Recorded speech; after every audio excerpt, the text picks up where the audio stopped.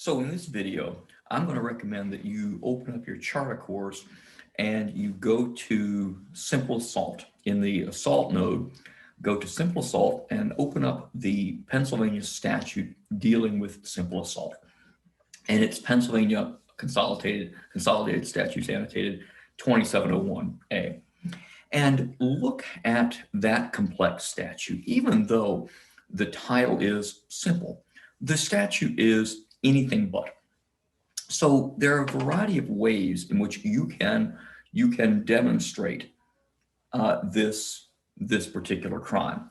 Point one: if you intentionally, knowingly, or recklessly cause bodily injury to another person, or if you attempt to cause bodily injury to another person, that is the first prong.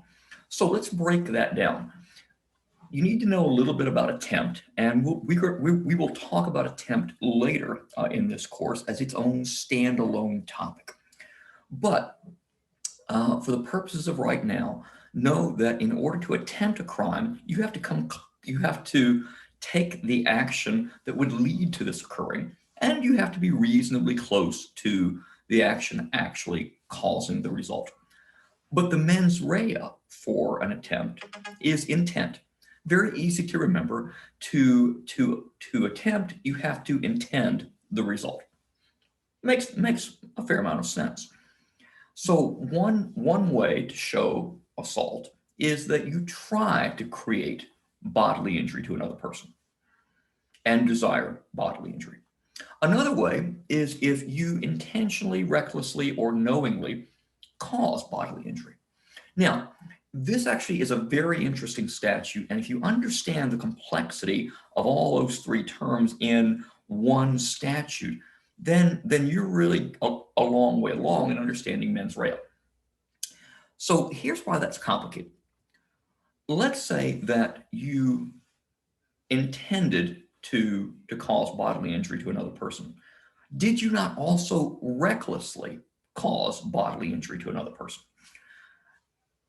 So this is a really interesting question, because why would the legislature include all three words?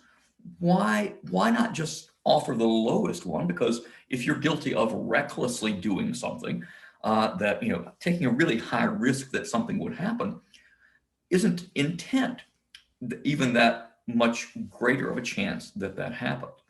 That you greater risk that you took if you desired the results and tried to bring it into action. Maybe that reckless, knowing, and intentional are just on a continuum of the degree of risk that you took. Or it could mean something else entirely. It could mean that you desired the result and did something fairly non-dangerous that ended up causing it. That's actually possible, and there are statutes in other jurisdictions. Tennessee is one of them that describes assault as intentionally or recklessly. You desired the result, or you were reckless with regard to the result happening, and viewing those two things as different things, not something on the same continuum.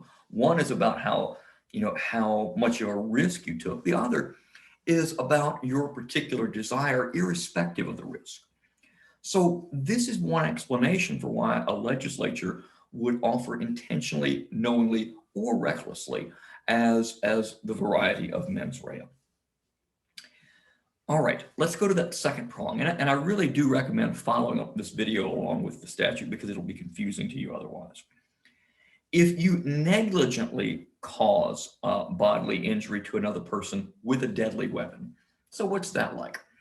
If you hold your gun and you've got it out and about, you don't put the safety on, you cock the pistol and kind of have it in your hand, and someone, and those are different things, I know, but you do one of these things, you do something that's not the way you should handle a gun. You could imagine the guy who shot Dick Cheney being charged with this simple assault. He negligently caused bodily injury to another person with a deadly weapon. He had no desire to hurt his hunting buddy, but he did so because he wasn't careful in the way he handled the gun. The third prong, if you attempt to scare someone, you tell them that you're going to hurt them. You're going to cause them serious bodily injury.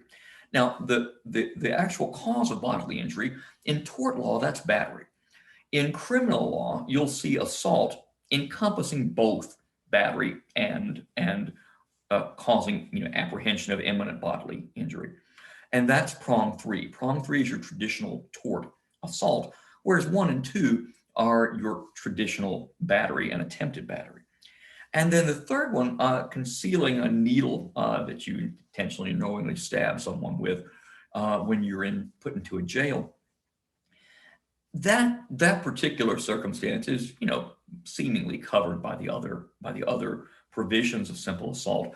But legislatures will do this if there's a particular thing that happens that becomes something of a cause célèbre, then the legislature will, sometimes graft a particular statute for, political reasons or just for the ease of prosecutors who think they'll see this on a number of occasions. So that's your complex statute dealing with simple assault.